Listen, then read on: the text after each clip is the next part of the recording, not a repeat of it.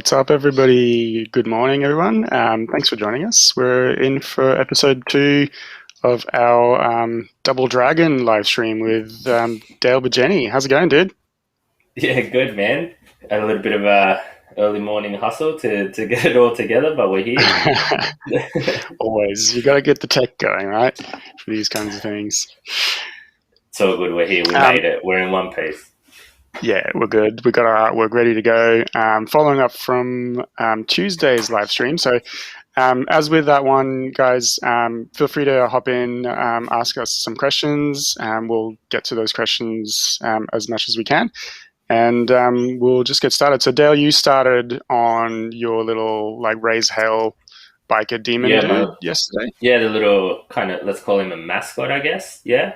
Yep. Yep. So I might today I'm gonna kind of just I'm gonna leave the fine land of Photoshop for a little bit, and I'm gonna just talk about kind of like finishing him off in Illustrator and kind of ways I would address it from like a high res Photoshop illustration to Illustrator. And yeah, just if anyone's got questions or want to know anything about the Illustrator side of things, then yeah, just put them in the chat and we'll answer them as we go. Sweet. Cool. Yeah. Well, so I'm pretty much going to do the same, except I will stay nice and cozy in Photoshop land. So I started something a little bit different last week. On last stream on Tuesday. Doing this thing a little bit more roughly, kind of a little bit more inked up, but similar kind of colors and process. So I'm going to look at kind of finishing that up today and adding some special effects and stuff. Yeah, sweet. I'm be excited fun. to see if we can finish this. Yeah, hopefully. So last week, I keep saying last week. I'm not sure why. I think my brain is just a little bit fried from this week. It's only Thursday. So on the last episode, we were kind of talking a little bit about what to do as a kind of a freelance illustrator and like things. We talked about like style a little bit as well, and trying out different things and how that kind of happens. There's a few questions about the Illustrator community as well, which was really super awesome to kind of talk about. What happens? How do you meet people? What are the kind of things that you can kind of ask others, and kind of getting help from others as well, which is always super helpful. And then just kind of talking and drawing a little bit. I think that's the best way to do it. Just a little bit of banter, a little bit of education, and a little bit of knowledge, I guess, like just learning one extra thing for the day. That's the plan anyway. I'm just gonna prepare my Photoshop image to go over to Illustrator, but I got a little bit messy towards the end on Tuesday, so I'm just gonna fix a few things up. So how would you do that normally? Like, do you find that there's like we talk a little bit about like naming your layers and cleaning up your file and stuff. Like, would you order your Photoshop file a little bit differently because you know that you're going to flash it over to Photoshop? Yeah, I think it's still, I guess, the concept stays the same. Like there's still the layer build up. If you have a look, it's kind of still, you've got your concept as per everyone else, the way everyone else does it. But then I've got like my outline layer that's just solely the black, like, so I could call it black layer.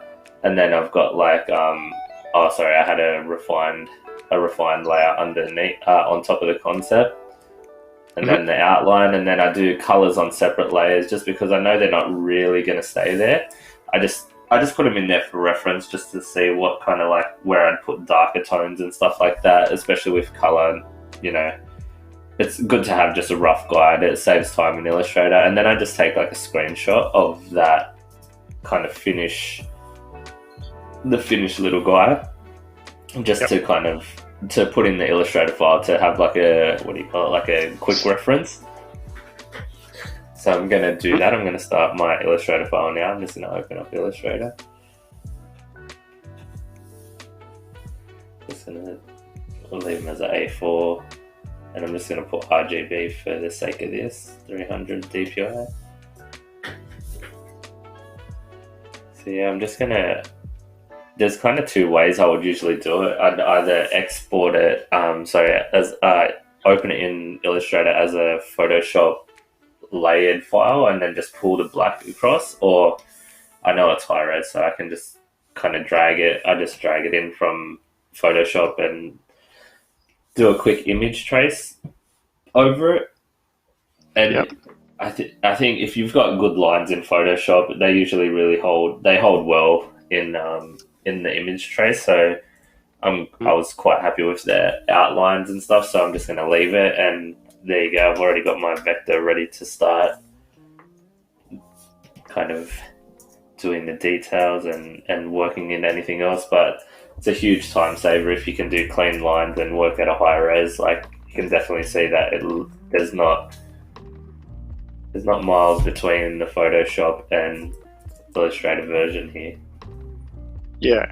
So you do you got to think ahead when you're doing like your line work in Photoshop to think about how this is going to translate to live trace, right? Because I definitely think in Photoshop you can get caught up in like doing a lot of little details, and those little detail lines can get lost. I don't know. This held up pretty well.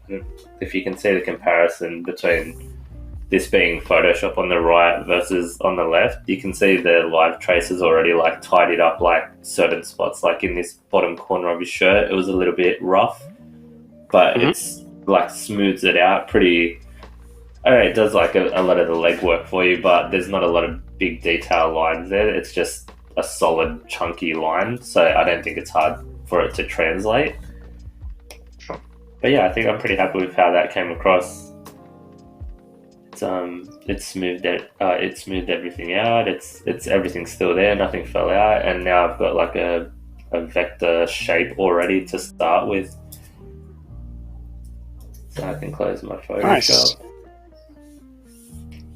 I can bring in my screenshot.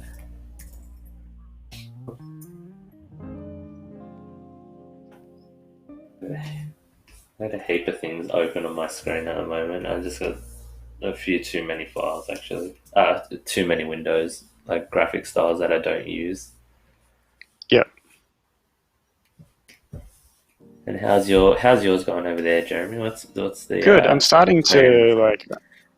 So I'm probably going to do a little bit of kind of cleaning up and special effects. So I've just done the outline on this guy here. So this is my little like forest spirit going kind of full Mononoke.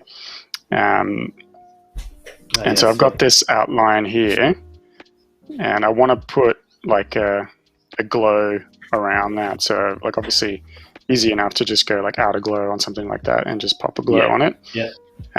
But there's always this kind of thing where it's like, this I use like quite a lot, to be honest. Like this is, that kind of neon vibe, but I've also done a layer behind this, like a fill.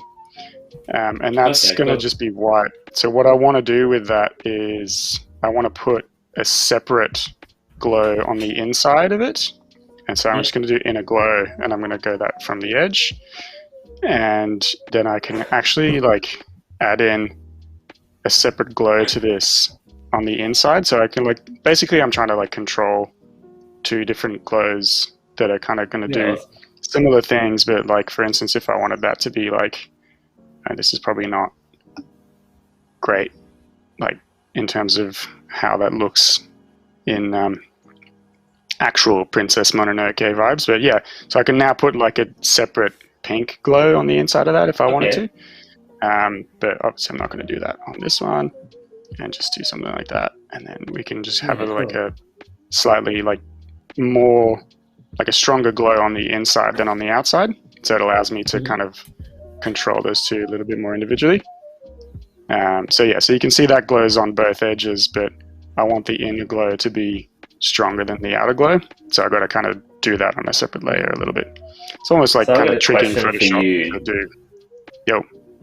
I got a question. So when, like, obviously I do a lot of like print, like a lot of my stuff goes to print, and I'm always like very conscious of like these glows and things like that. It's like sometimes they don't reproduce. Have you had like, do you deal with these glows in a print format often? Like, in terms of, I guess, merch or like t-shirts and stuff, or do you keep glows and stuff off at, if it's going onto a shirt or something? Yeah, so that's a good question. I think like if it's going onto a shirt, the general idea is that it's probably going to be screen printed, I guess. Yep. And that means that, yeah, like a glow is probably not going to translate super well, even though you can get some pretty crazy things happening with glows and like screen prints these days, for sure. Yeah. But it's like you're gonna get a lot of pushback on that from the person who's like prepping your artwork, basically saying like, hey, what is this? I'm not sure that I can, like, not every screen printer can do that kind of stuff. Or is confident, yeah. Yeah, so I would generally try and avoid something like that if I know that it's going to be screen printed. But yeah, in saying that, that doesn't necessarily mean like that is absolutely a no-go. You can't ever do that. There's kind of ways around it with like halftones or anything like that, very, very fine halftones, but you'll need a pretty skilled screen printer to do that kind of stuff and get that glow effect looking good. So in actual fact, you'd want to be talking close with the printer if you know that I guess it's different if you're producing it for yourself, but when it's for a client, you don't know who they're taking it to, so you don't want to take a risk like 100%. With a screen printer that can't achieve that. Yeah, and I would always kind of recommend like printers and screen printers that I know and like to work with in scenarios like that. Of course, yeah. Because it is just like, yeah, it's just going to make such a difference if I know, and like I think you should always like have that connection with your printer, right? Like that's always super important to be able to chat to your printer and kind of talk about like, this is what I want and this is how you could do it. The last thing you want is for your printer to just, yeah, totally.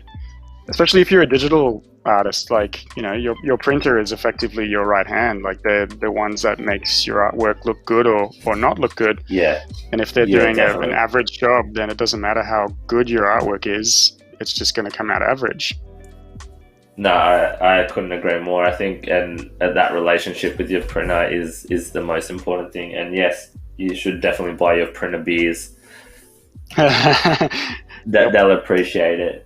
Just wait till they print the job, though. You don't want them drinking on the job. Fair enough.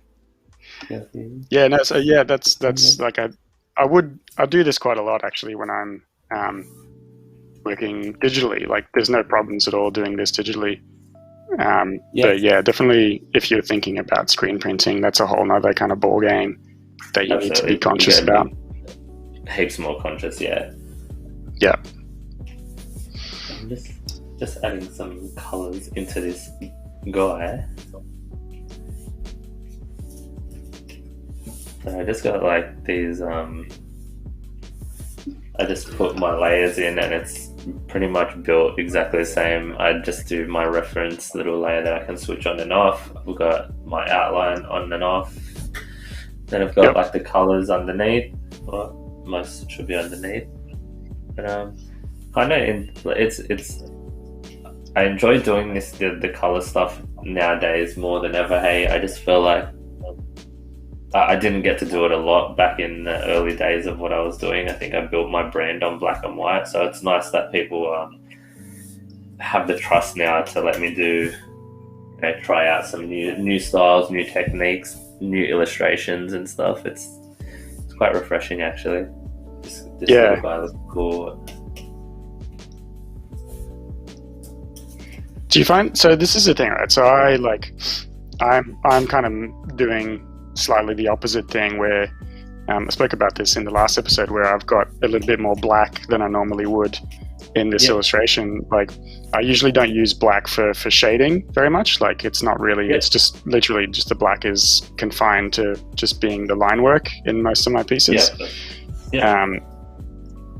But I'm kind of moving into that a little bit more and trying to see, and every now and then I will get a client who will ask, like, can we get this in black and white because we want to print it for screen print and so on and so forth. And that's always like, that always kind of brings up another question of, like, it's not just a matter of flicking a button in Photoshop, which you can do, which like desaturate your artwork and then it goes to grayscale. It's like there's actually quite a bit of reworking for me.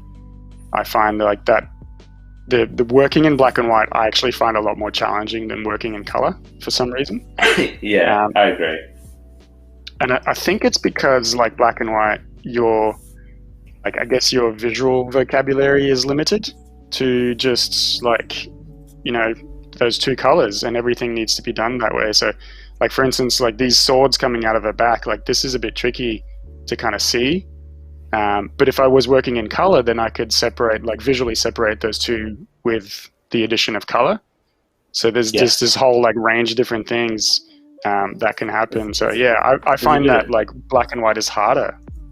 It's a bit of skill there, isn't it? Like it's downplayed a little bit. Like I always was a little bit like, oh no, color's cheating. Like, it's easy to, give depth and tone, and it was always for me, if you can make someone see everything in black and white, then you've done a good job. But that is not the case. I think both have their strong points, but it just depends on what that project requires and what the client's budget allows, I guess, because it's more time to go in and spend a lot more time.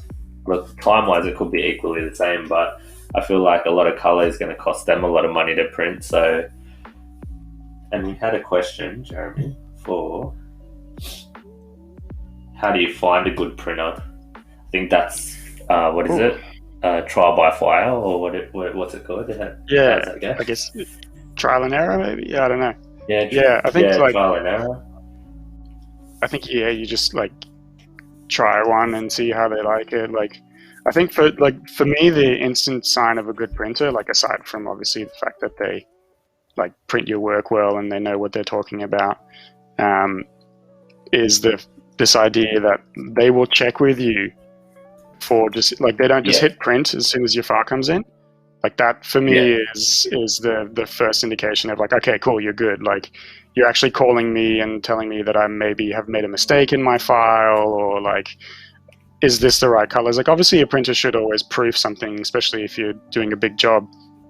They should obviously like print one out and check like, hey, how does this look before I print 500 of these.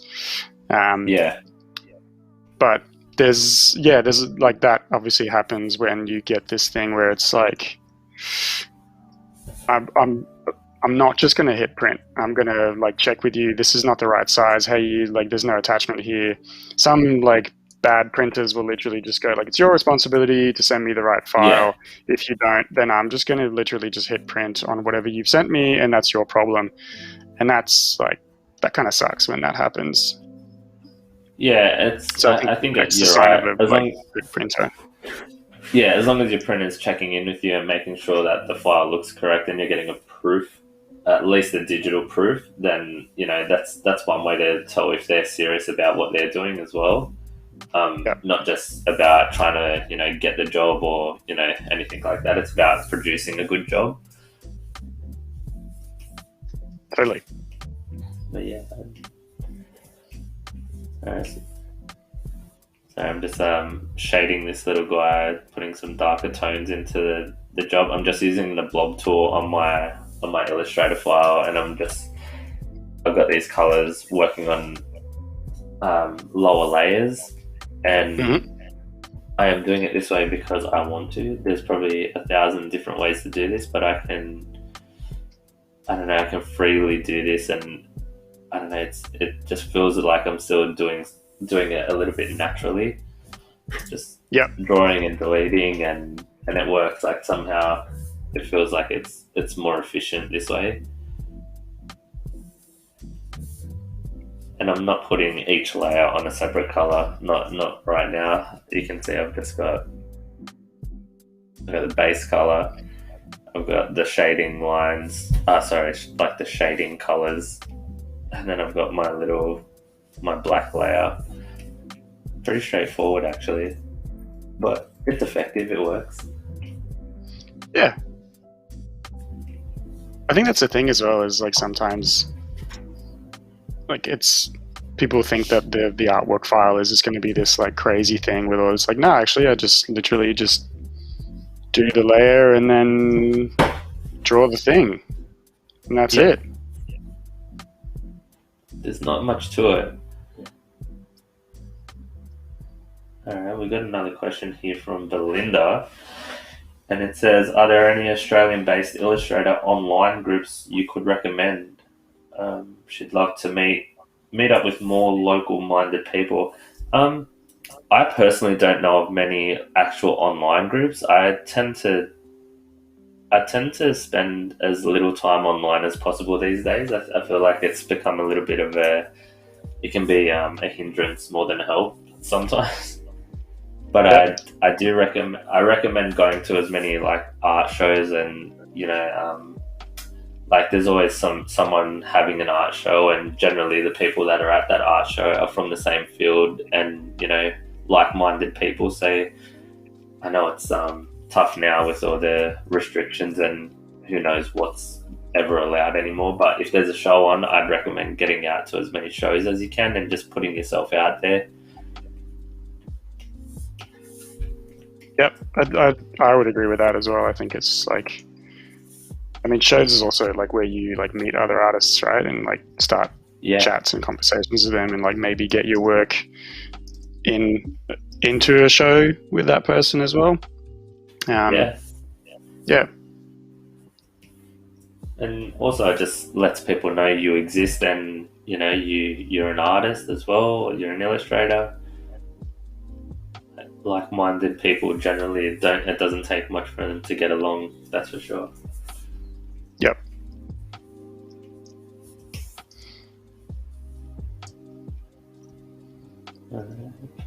Question from Jess Rye. Mate, Jesse's in the chat. Oh, not Jesse. He's am I a thrasher, and what do I thrash? Oh, I thrash people who ask stupid questions, Jesse. That's what I thrash. No, I don't know. I'm an ex-skater, so I feel like I can still legit rock some old skater gear. Yeah. How about you, Dale? What do you thrash? What do I thrash? Not a lot, to be honest. At this age, it hurts to thrash anything. It sounds terrible. I don't want to use that. I don't want to use that word.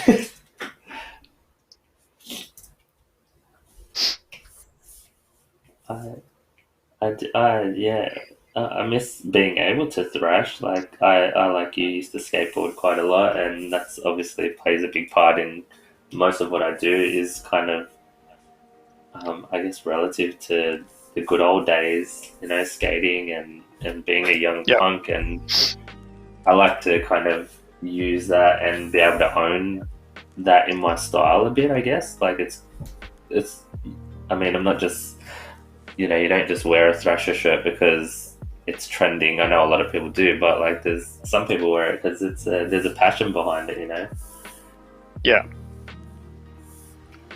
totally. It's an interesting one, actually, and like talking about these ideas of like culture and all that kind of stuff, and how a culture evolves and all. I think is always kind of interesting to have a chat with that. Some people get quite sort of touchy about those kind of topics as well. Definitely. But yeah, I think it also just comes back to like style and that what we were kind of talking about last time with this idea of what is your style, and is it, what do you kind of back it on as, and that kind of stuff. Like, and I think as long as it's done just respectfully and in an interesting way, and it's totally fine. Like I often get this thing of like, how come all the Japanese stuff when I'm not actually Japanese? And it's just like, well, I don't know, I just like doing it, and there's reasons behind it as well. That I've kind of talked about on previous streams, but as long as you enjoy what you're doing. Yeah, I was going to say, does it really matter, honestly? Like, I don't think so. They get very caught up on that stuff though, right? Like in this day and age, it's like, well, I've seen some muralists get, get hammered by like, I guess, fans or just keyboard warriors about like you can't create Aboriginal art if you're not a part of the Aboriginal community. It's like, well, what if he likes the style, and what if he really appreciates it? Like, well, I can understand like there's obviously some connection to culture and beliefs and things like that. But if you like it, I think you should be able to still have a go at it. Yeah, totally agree. Just don't claim it as like something, if I'm just using the Aboriginal art as an example, but don't tell everyone you created it as an original, artwork and style if it's not yours, I guess. Yeah, I think that's really important too, yeah.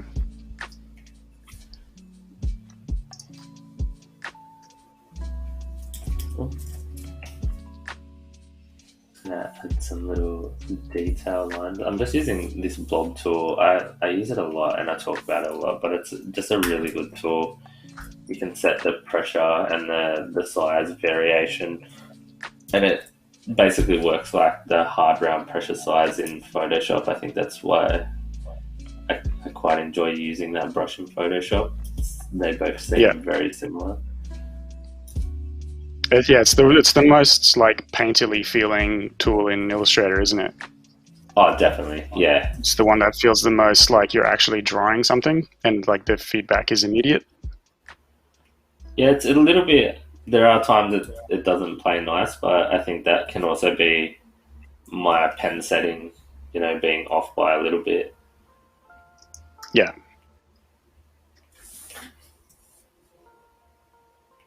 I think I saw there's another question here. Do you often draw out in the real world, in transit or at a picnic? I'm just going to say no, I don't.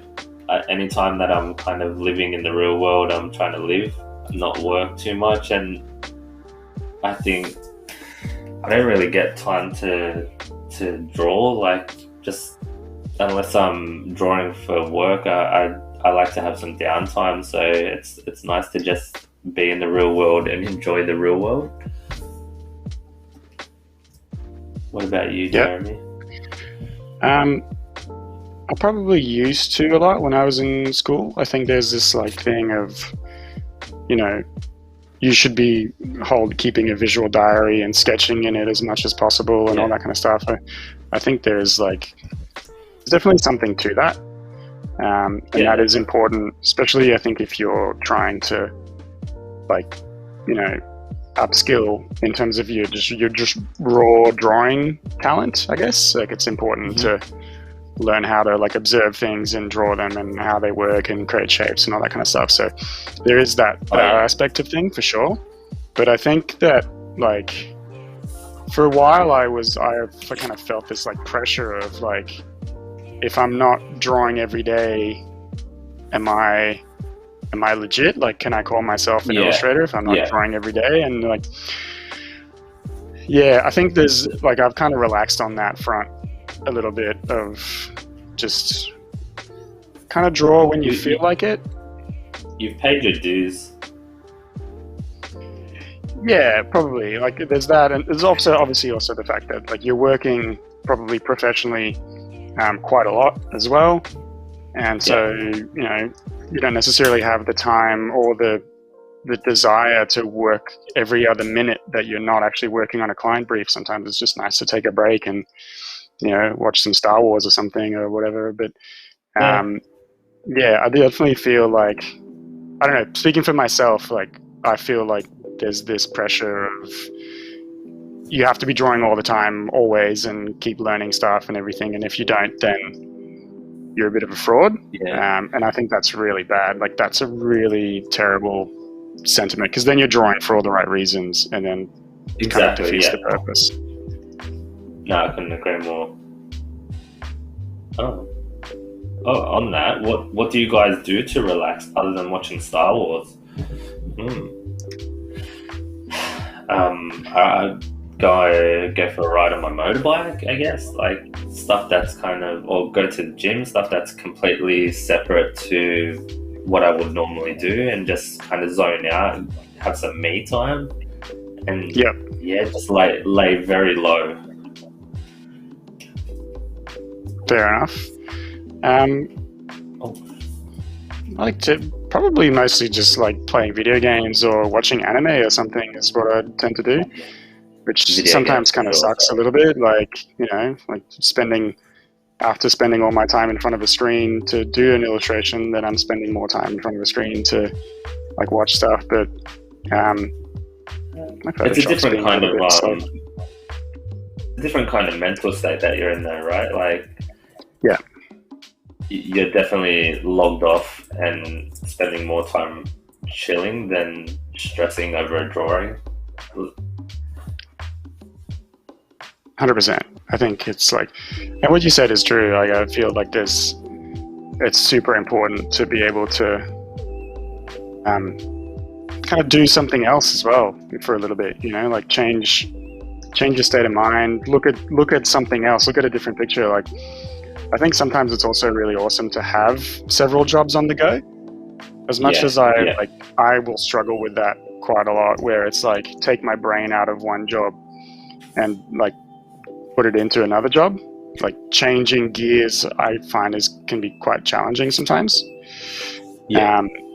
But at the same time, it's really cool when you've like kind of had enough of one job for now, and you can just switch gears into this other job and kind of just do something totally different for a while, and then come back to that other job with a like fresh set of eyes. I think is always really good.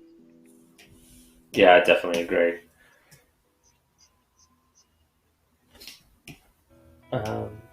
There's not much time to chill, actually. Sorry, I was just putting this text in and I forgot. I didn't really talk about how I put it in, so I might just redo it and explain it a little bit better.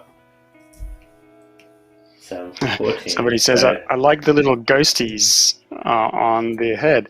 So obviously, like, for those of you guys who probably spotted this is a big, like, Hayao Miyazaki reference for Princess Mononoke. So these little dudes are little, like, kodamas.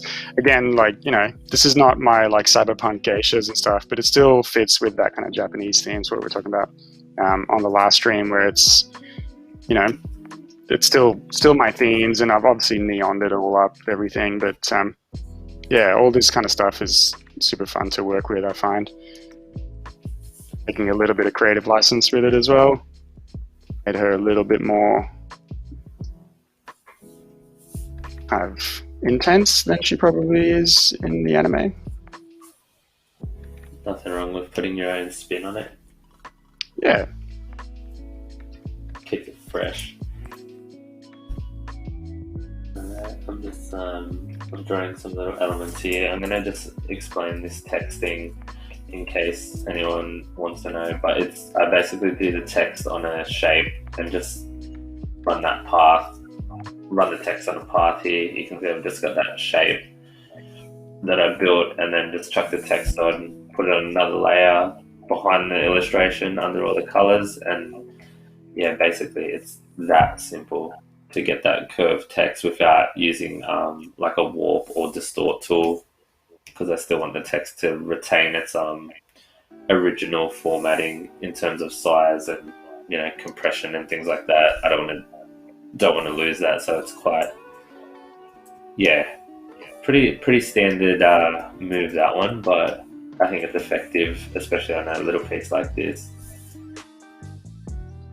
Yeah. Let's enjoy this little skull guy.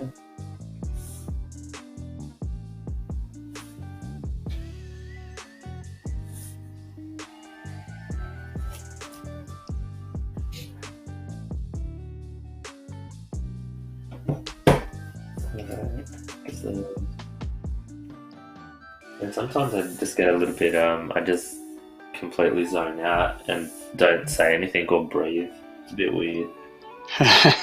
Gotta breathe a little bit. Yeah, just a little. Just a touch.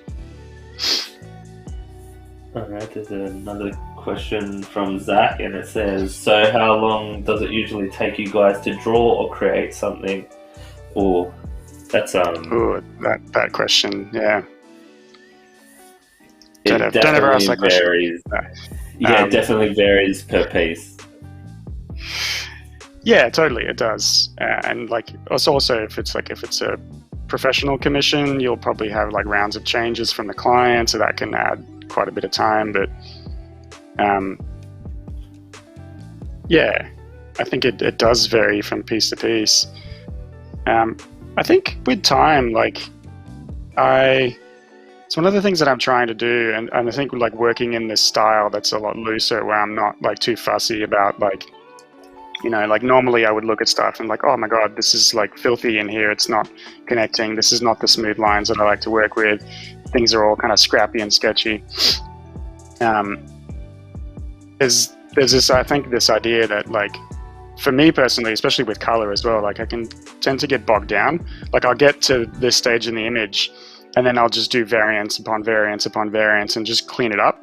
And actually I'm not really bringing that much to the image. Like you're spending hours and hours for not a lot of return on the image, which can be fun. Like it can be fun to geek out and, like really just go full ham on an image and try and see like how far you can push it in terms of detail and all that kind of stuff. But so coming back to this idea of like keeping a sketchbook and learning how to draw and like upskilling in that sense, then I think that can be a real hindrance, because you're not really learning very much when you're doing that. You're just kind of seeing different things, but you're not learning that much about the image and how it's working. And like the sketch is where you learn the most in that phase of the image.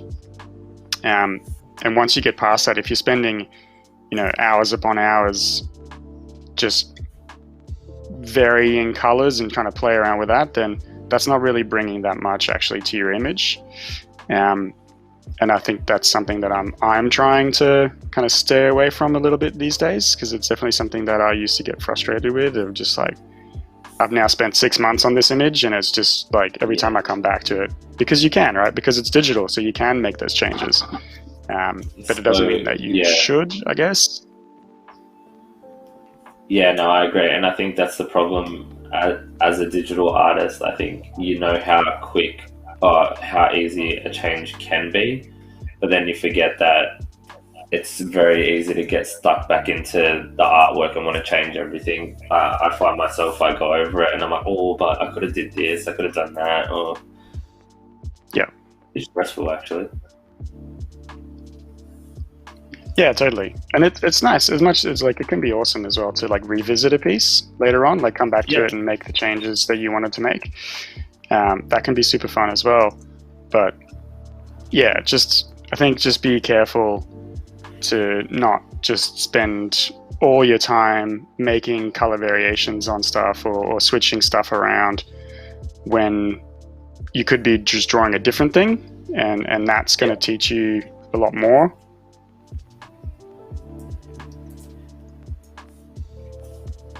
It's a tricky game, this illustration thing.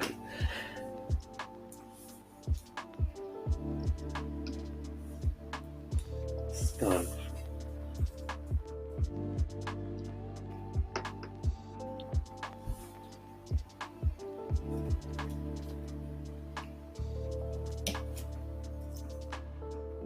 Alright, I've got my text in, I've got some base layers in. Oh, you're done. You're finished.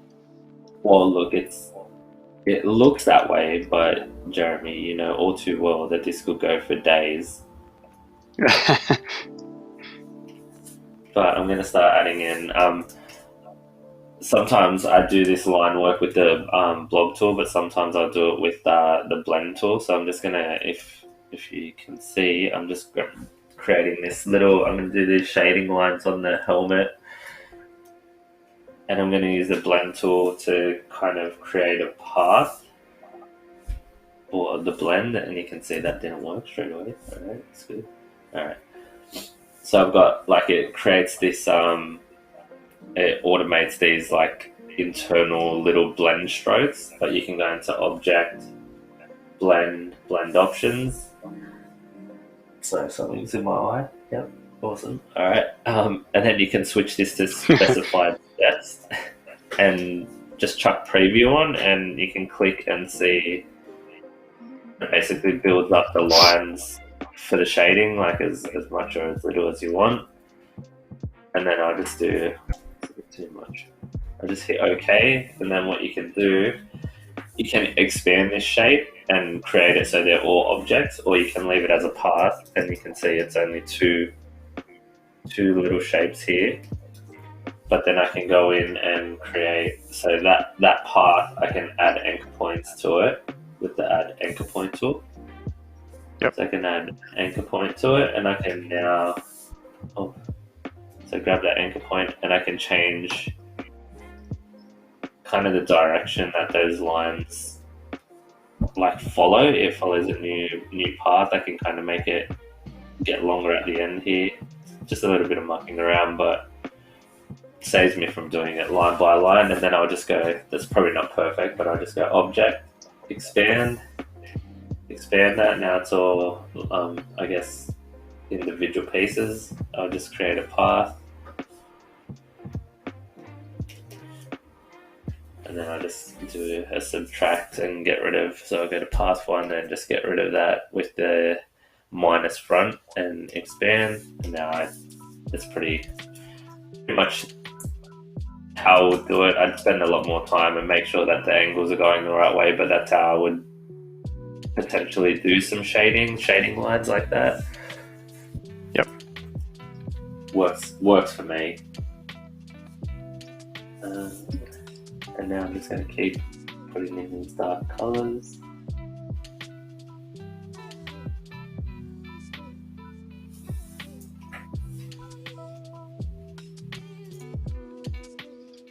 How's yours going, Jeremy? You ready to send to print or what? I could, but I probably just want to keep playing with it for a little while before I do that and see how it all goes. Just because,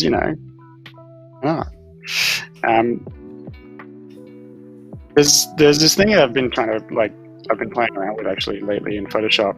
I'm not sure how much it'll work on this.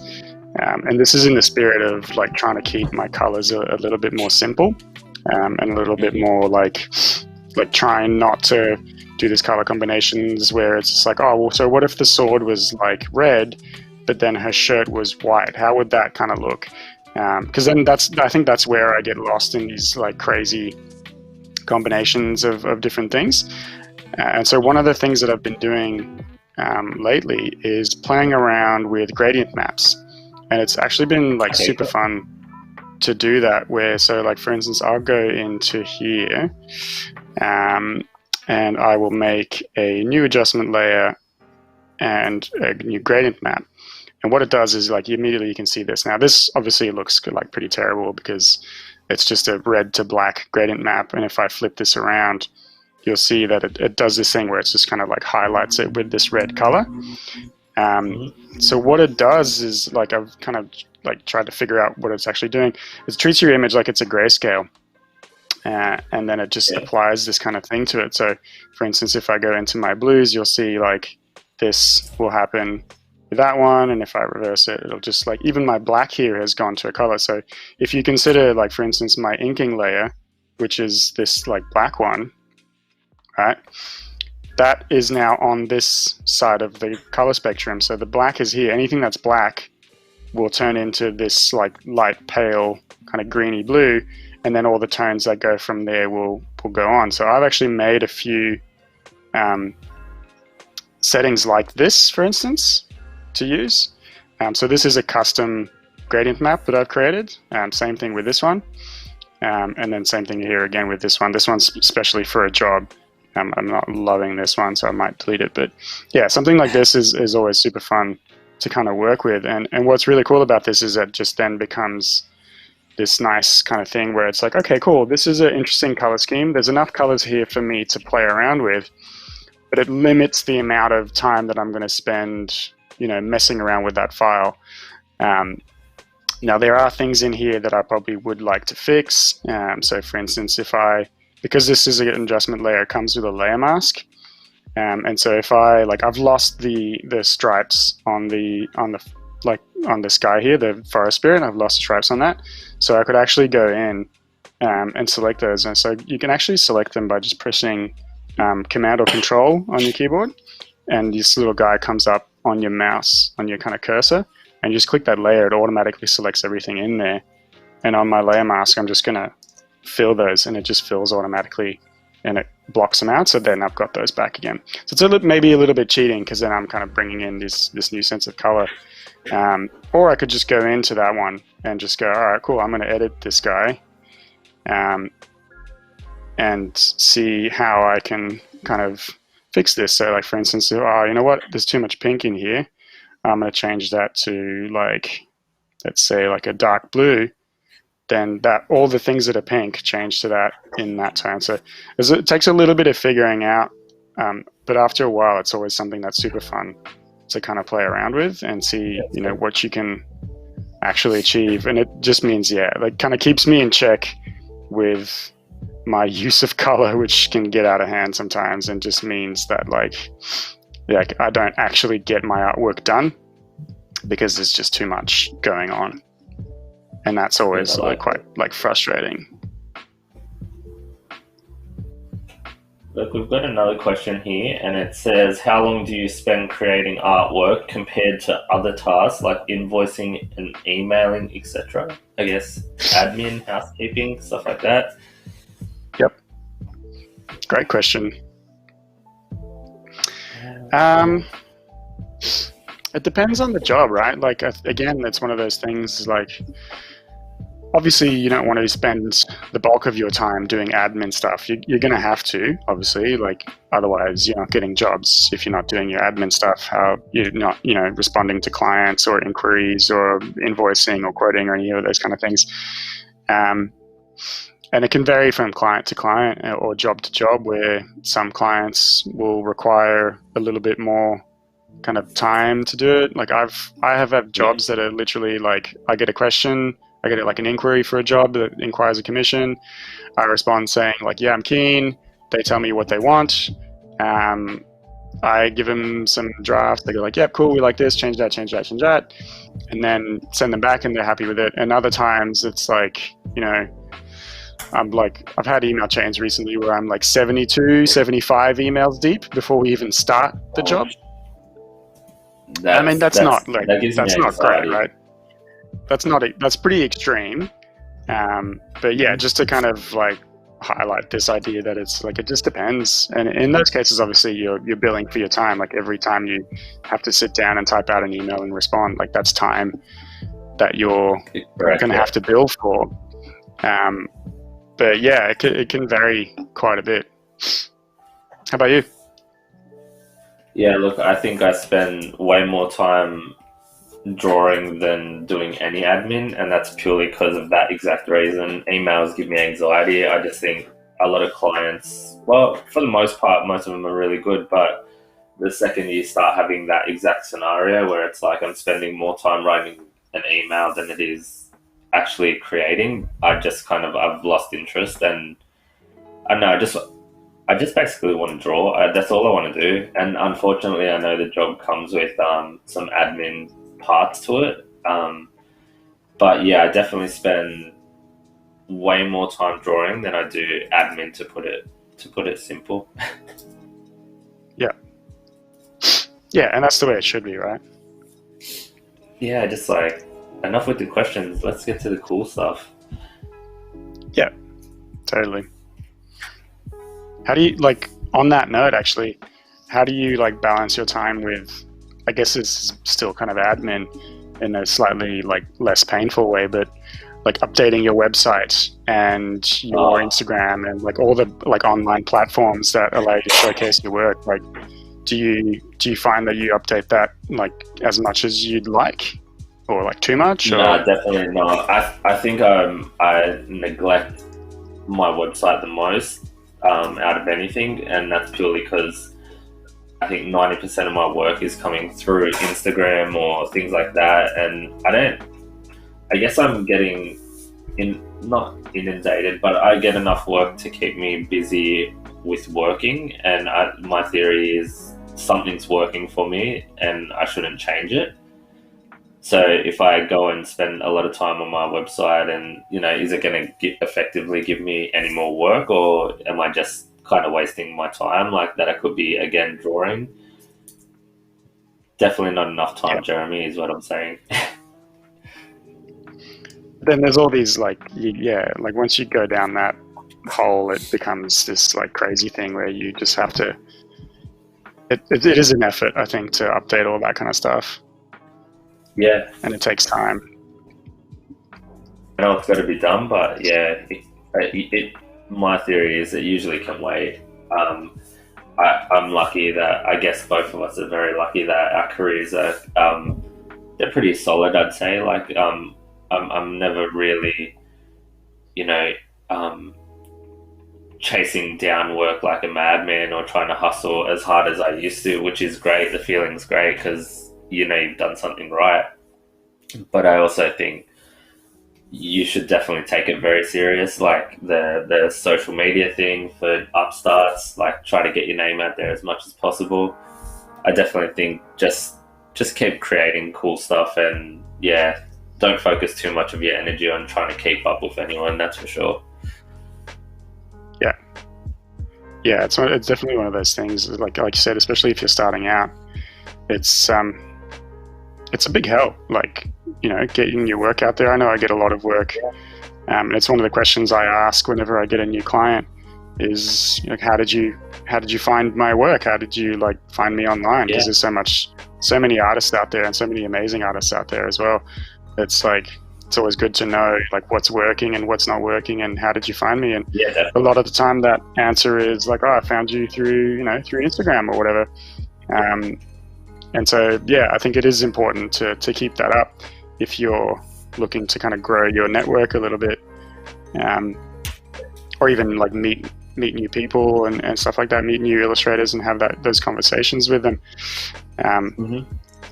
But I think it's also very easy to just get sucked into something like this and lose sight of the reason why you're doing your artwork, rather than I guess from my experience, it can feel a lot like you are working for Instagram, and that's definitely not a great thing.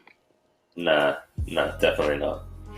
Look, I think we're kind of at an end here, Jeremy, unfortunately. Yeah, I think we're pretty close to the finish line. But I'm feeling like this guy looks pretty good, and I think I'm gonna just spend a bit more time on this and maybe finish it off, and maybe I'll make a little sticker or something out of him because it's pretty cool. Yep. Same. I like to think about how I can use pieces like this. I'm pretty happy with this. Slightly different kind of style, same color wave, but slightly different kind of technique and style. But so I